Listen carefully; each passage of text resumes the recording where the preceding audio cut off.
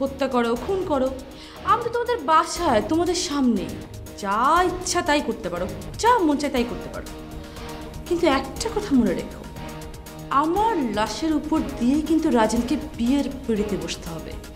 Otherwise আমি বেঁচে থাকতে এ বিয়ে কোনোদিন হতে পারে না, হতে দেব না আমি। আসলে আপনার বোনরা অনেক ভাগ্যবতী, আপনার মতো একটা ভাই পেয়েছে। আমার যদি আপনার মতো একটা ভাই থাকতো। এই মেয়ে, তুমি এত ডিস্টার্ব করছো কেন? এত রোমান্টিক কথার মধ্যে খাবার কথা আনলে কেন? তুমি কি জেলাস ফিল করছো নাকি? আমি জেলাস হব কেন? বুঝি, সবই বুঝি। চাচি তোমাকে বিকন ভাইয়ের সাথে বিয়ে দেওয়ার জন্য এনেছে তো, আর এই জন্য আমার সাথে কথা বলতে দেখে তোমার জেলাস ফিল হচ্ছে, তাই না? জেরিন, এসব কি হচ্ছে? বিকন ভাই, আমি বরং বাইরে গিয়ে দাঁড়াই। আপনার কোনো প্রয়োজন হলে আমাকে ডেকে।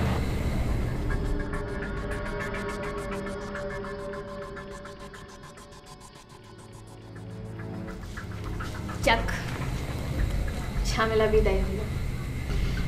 এখন বলো, তুমি কি আমাকে ভুলে গেছো? তুই কি এসব কথা বলতে এখানে এসেছিস? আমি তোমাকে কতটা মিস করি সেটা কি তুমি বুঝো?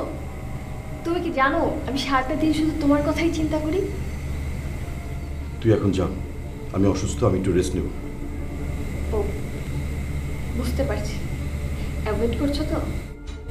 আচ্ছা ঠিক আছে, তুমি রেস্ট নিও। আসি।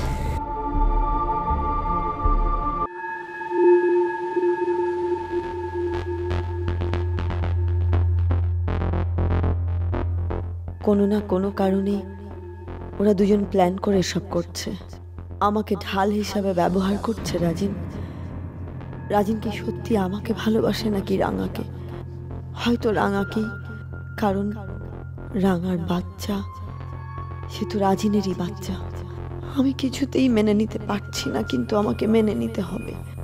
কোনটা সত্যি কোনটা মিথ্যে, আমি কিসের মধ্যে পড়লাম?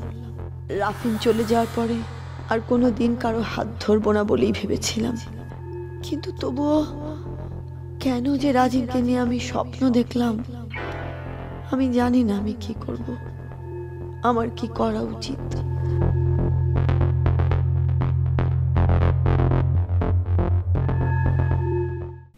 নূপুর, এই রাঙা তো যাইতেছে না।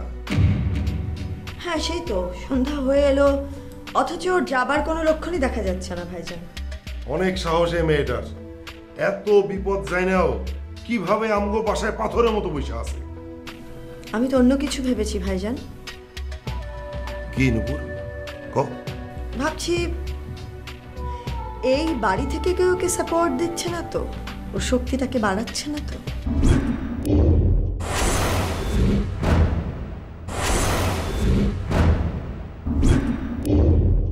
এটা তুমি আবার কি কইলা? না হলে এত খবর রাঙা কি করে পায় ভাইজান? আমাদের বাড়িতে আমরা কখন কি করছি, কার সাথে কথা বলছি, কিভাবে চলছি, সবকিছু রাঙা জানে কেমন করে? আমার মনে হয় কি রাজিনী কয়, বুঝছো? কারণ রাঙার প্রতি রাজিনের একটা সফট কর্নার আছে। ভাইজান, যদি রাজিন বলতো তাহলে রাজিন তো ওকে বিয়েই করে ফেলতে পারতো, কিন্তু রাজিন সেটা করেনি। তার কারণ রাজিন সেটা করতে চায় না।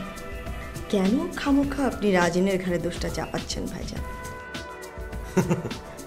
নূপুর, তুমি আমার সাথে জোকস করতেছো কেন? আমি কিন্তু তোমার ভাসুর, দেব না, বুঝছো? জোকস করো না। আমি কিন্তু খুব সিরিয়াস ভাইজান। তুমি কিন্তু আমার ভুল বুঝতেছো নূপুর, আমি কিন্তু এত খারাপ মানুষ না নূপুর। আরে ওই মেয়ের তো আমি ঘেন্না করি। তাহলে তুমি কও যে আমি কেন ওরে সব খবর দিব? কও। আমার মাথায় কিছু ঢুকছে না ভাইজান, তবে এটা বুঝতে পারছি যে কোথাও কিছু একটা ঘটেছে। আমার মনে হয় কোন জায়গাতে কি জানি এটা ঘটতেছে, বুঝছো? কি জানি ওই মায়ের সব খবর দিতেছে। আমার মনে হয় কি রাঙা কোনো লোক লাগাইছে, গোপনে সব খবর রাঙার সে দেয়। ভাইজান, সেটা হতে পারে, কিন্তু এখন তো রাঙা যাচ্ছে না, কি করতে পারি? এক কাম করো, তুমি রাজিনরে খবর দাও ওর ঝামেলা ও আইসা শেষ করুক।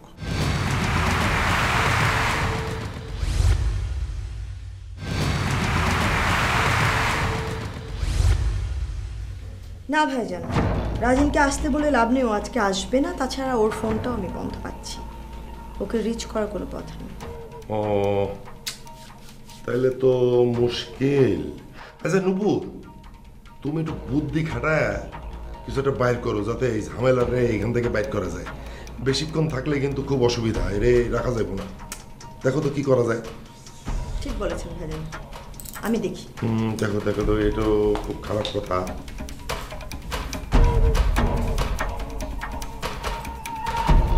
আমি চাই রাঙা তুমি একদম বসে থাকো, চুপচাপ বসে থাকো। আমি আছি, তোমার সাথে আছি রাঙা।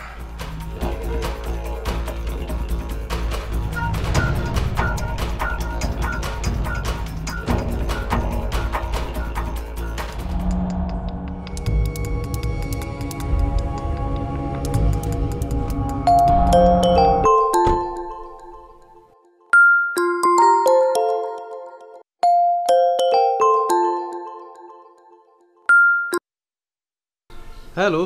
তুমি কোথায়? আচ্ছা, এত অস্থির?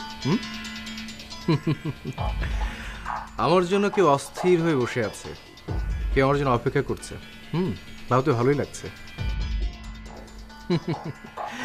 তোমাকে আর অপেক্ষা করতে হবে না, আমি এক্ষুনি আসছি।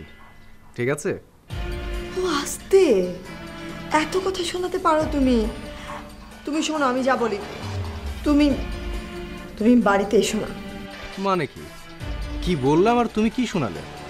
আচ্ছা, তুমি নুপুর তো? হ্যাঁ আমি নুপুর। তোমাকে আরো একটা কথা বলি, তুমি বাড়িতে ফিরবে না এবং তোমার ফোনটাও অন রাখবে না, অফ করে রাখবে, ঠিক আছে? কেন কেন ফোন অফ করে রাখবো? কারণ তোমার নায়ক এসেছে, বসে আছে। যতক্ষণ তুমি না ফেরো ততক্ষণ সে অপেক্ষা করবে, তোমাকে ধরার জন্য বসে আছে।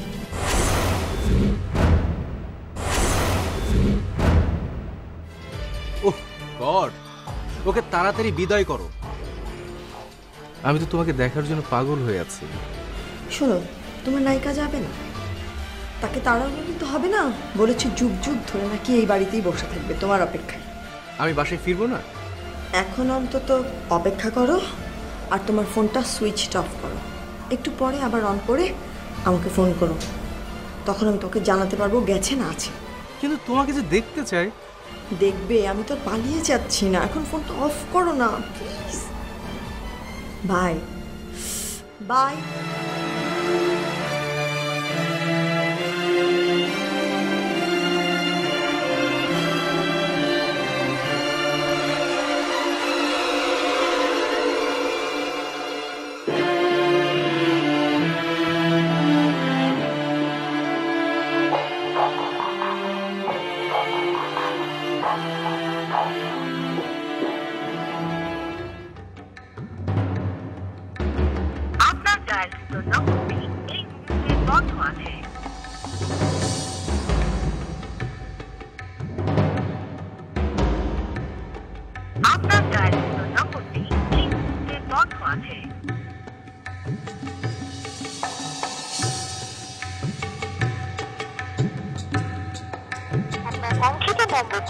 এই মুহূর্তে সংযোগ দেওয়া সম্ভব হচ্ছে না, একটু পরে আবার ডায়াল করুন। ইচ্ছে করে ফোনটা বন্ধ রেখেছে, নিশ্চয়ই তার আদরের ভাবিটাকে সব জানিয়ে দিয়েছে, আর তাই সে ফোনটা বন্ধ রেখেছে। হ্যাঁ তাই তো, একদম ঠিক ঠিক ধরেছ।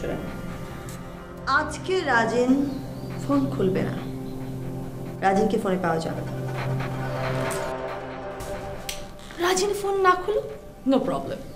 সে যদি সারা জীবনও ফোনটা না খুলে তাতেও কোনো প্রবলেম নেই, কারণ রাজিনকে পেতে হলে আমার ফোনের কোনো প্রয়োজন নেই। তাই নাকি? তাহলে কি করবে? ডাইরেক্ট বাড়িতে চলে আসবে, হয়রানি করবে আমাদের? দেখো, তোমাদেরকে হয়রানি করার কোনো ইচ্ছা আমার নেই। তোমরা শুধু রাজিনকে বের করে দাও, আমি ওর সাথে কথা বলেই চলে যাব। তুমি বুঝতে পারছো না রাঙা? ও যে তোমার সাথে কথা বলতে চায় না।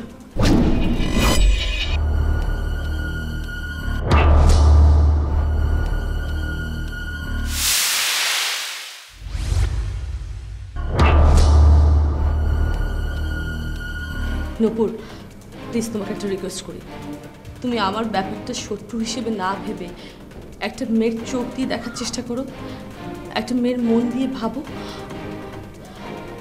আমার পেটে রাজিনের সন্তান, আমার কথা ভাবা দরকার নেই, কিন্তু আমার সন্তানের কথাটা একবার ভাবো। ওর পৃথিবীতে সে কী হবে? পিতৃ পরিচয় ছাড়াও কীভাবে বাঁচবে? সমাজ ওকে কোন চোখে দেখবে বলো? ওর কি দোষ? ও তো কোনো অন্যায় করেনি। আমার পাপের শাস্তি, রাজিনের প্রতিহিংসার শাস্তি ও কেন পাবে? ওর ভবিষ্যৎ কি হবে? ওকে আমি পৃথিবীতে এনে কেন কষ্ট দিব বলো? ঠিক আছে, তাহলে ওকে পৃথিবীতে এনো না। মানে? মানে খুব সোজা, মানে এই পৃথিবীতে না আনার তো অনেক পদ্ধতি আছে, সেসব ব্যবস্থা নাও, তাহলেই তো হয়। ছি, তুমি এতটা নিচু মনের, তোমার সাথে কথা বলতে আমার ঘৃণা হচ্ছে। তোমার সাথে কথা বলবার ইচ্ছে আসলে আমারও নেই, তোমার সাথে কথা বলতে হচ্ছে বাধ্য হয়ে, কারণ তুমি আমাদের বাড়িতে এসেছো, আমি তো আর যাইনি।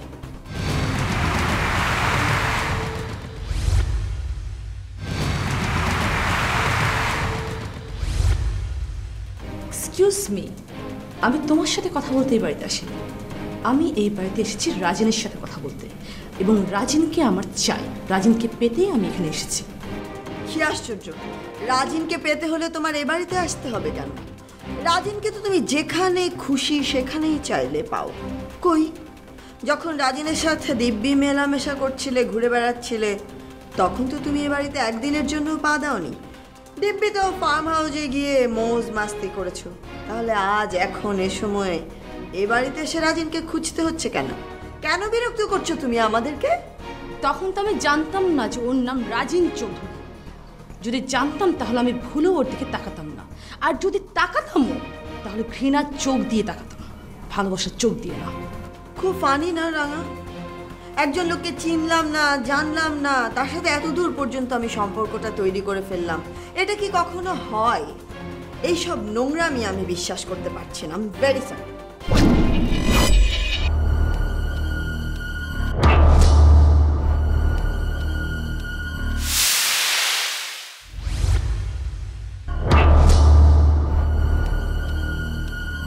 মাইন্ড ইউর ল্যাঙ্গুয়েজ, আমি কোনো নোংরামি করিনি, আমি রাজিনকে ভালোবেসেছি। শুধুমাত্র তোমার জন্য রাজিন আজকে আমার থেকে অনেক দূরে সরে গেছে। বাহ বাবা, এখানে আমার কি দোষ? আমি কি করেছি? বাহ, 24 ঘন্টা তোমরা একসাথে থাকো, আবার বলছি এখানে কি করলাম? 24 ঘন্টা ওর সাথে থেকে ওকে পটিয়েছ নিজের ভবিষ্যৎ গোটানোর জন্য, আর নিজের বিধবা খেতাবটা মেটানোর জন্য ওকে বিয়ে করছো। দেখো, আমি আর যাই হই তোমার মতো মেয়ে, তোমার মতো মেয়েরা পারে না এমন কোনো কাজ নেই, তারা এসবই করে। আর আমি যদি তোমার মতো হতাম তাহলে আমিও তোমার মতো আজ লোকের দাঁড়ে দাঁড়িয়ে ঘুরে বেড়াতাম, যেমন কিনা তুমি এখন করছো। ওয়েল রাঙা, আমি কিচ্ছু করবো না, বাট আমি তোমাকে একটা চ্যালেঞ্জ ছুড়ে দিলাম, দেখি তুমি রাজিনকে পাও কি না। ওয়েল, তাহলে আমিও তোমাকে চ্যালেঞ্জ করলাম, তুমি থাকো সারা জীবন রাজিনের সাথে, তারপরও রাজিনকে আমি আমার করেই ছাড়বো। ওকে? অফকোর্স ওকে, লেটস সি কি হয়, দেখা যাবে।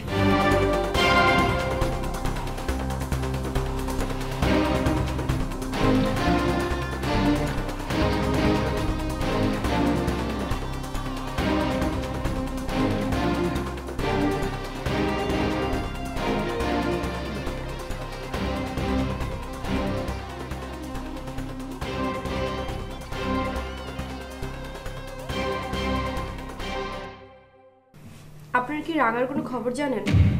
কেন? তোর বোন আবার নতুন করে কি ঘটনার জন্ম দিল? এই চুপ কর পারমিতা, রাঙার কি হয়েছে? আপুকে অনেকক্ষণ ধরে, ইনফ্যাক্ট দুপুর থেকে খুঁজছি কিন্তু পাচ্ছি না। ভেবেছিলাম কাছে কোথাও আছে, চলে আসবে, কিন্তু এখন রাত হয়ে যাচ্ছে, এখনো আসছে না। রাত হয়ে গেল, অথচ তোর বোন এখনো বাড়ি ফিরলো না। তো এখন বল আমরা কি করতে পারি? তোরা আবার চান্স নিসনি তো? মানে কি? কিসের চান্স? কেন, গতবার যে চান্স মিস করেছিলেন সে চান্স।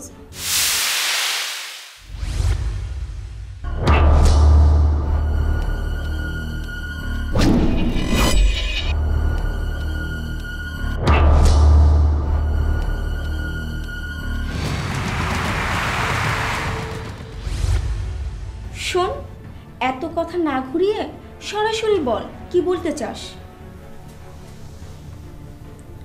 আমি বলতে চাই আমার বোন কোথায়, তাকে তোমরা কোথায় সরিয়েছো?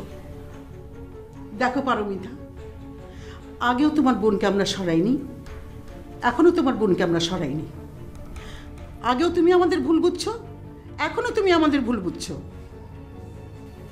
ভুল? ভুল কিভাবে বললেন? গতবার তো আমার বোন শবনমের উস্কানিতে রাজেন্দ্রের বাসায় চলে গিয়েছিল। আপনারা তাকে এমনভাবে রিয়েক্ট করেছিলেন, সে আসলে বুঝতে পারেনি সে রাজেন্দ্রের বাসায় যাচ্ছিল নাকি মৃত্যুর মুখে যাচ্ছিল।